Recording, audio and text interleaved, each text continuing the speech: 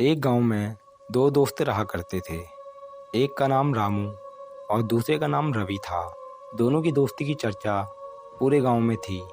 वो जहां भी जाते साथ जाते। एक बार दोनों दोस्त जंगल से लकड़ी काट कर ला रहे थे।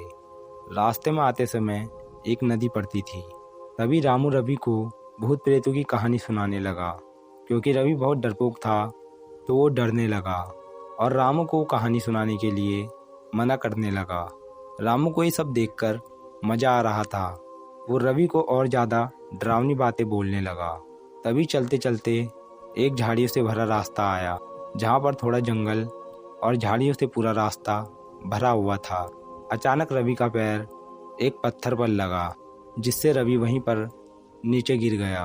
रवि को गिरते ही लगा जैसे उसका पैर किसी ने नीचे से पकड़ लिया हो। वो चिल्लाने लगा, रामू मेरा पैर किसी ने पकड़ लिया है, जल्दी से आकर मुझे बचा ले। रामू को लगा ये मजाक कर रहा है। वो उस पर हंसने लगा और बोला, तू भी ना बहुत डरपोक है। वहीं पास में कब्रिस्तान भी पड़ता था। जैसे ही रवि उठा तो वहीं झाड़ियों में से उसे एक परछाई दिखी, जो रामू को भी दिख रही थी। दोनों के पास वो काली परछाई आने लगी, जिसे देखकर वो दोनों ने अपनी अपनी लकड़ियों का गट्ठर वहीं फेंककर घर की ओर दौड़ लगा दी। हाँफते हुए दोनों अपने घर पहुंचे, लेकिन किसी ने भी ये बात अपने घर में नहीं बताई। रवि थोड़ा कमज़ोर था। रात में जब वो सोया हुआ था तो उसे सपना आया, जिसमें उसके सिरहाने पर एक नौजवान लड़का खड़ा हुआ था, जो उसकी तरफ देखकर उससे बोल रहा था, मुझे बचा लो, वो मुझे मार रहा है, मुझे बचा लो प्लीज़। अब रवि को ऐसे सपने रोज आने लगे। वो दिन भर अपने कमरे में रहने लगा। उसका दिमाग चंचल सा हो गया था। घर परिवार वालों से वो बिल्कुल चिड़चिड़े व्यवहार से बात करने लगा। वो ना ठीक से खाना खाता और ना ही रात को सो पा रहा था। उसके कमरे से रात भर बातें करने की आवाज़ें आती रहती। उसके घर वालों को ये सब देखकर उसकी चिंता होने लगी। काफ़ी सारे डॉक्टरों को दिखाने के बाद वो ठीक नहीं हो रहा था। लास्ट में रवि के घर वाले रवि को एक तांत्रिक के पास लेकर गए। तांत्रिक उसका चेहरा देखते ही समझ गया कि इसके शरीर के अंदर किसी आत्मा का वास हो गया है।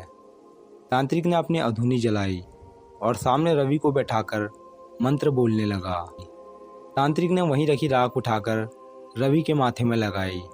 माथे में राख लगते ही रवि, जो अभी तक अधमरा जैसा था, वो अब एकदम से गुस्सैल और सबको मारने में उतारू हो गया।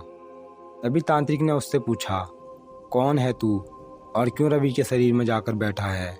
बाहर निकल जा इसके शरीर से। तभी रवि के शरीर से वो आत्मा चिल्लाई, चले जाओ सब यहाँ से, मुझे अकेला रहने दो। तांत्रिक ने उससे पूछा, बता पहले तू कौन है और क्यों उस बच्चे के शरीर में घुसा हुआ है? बड़ी मुश्किल से वो आत्मा तांत्रिक को बताती है, अब से करीब 10 साल पहले की बात है। मैं और मेरा दोस्त उसी नदी के किनारे बैठकर दारू पी रहे थे।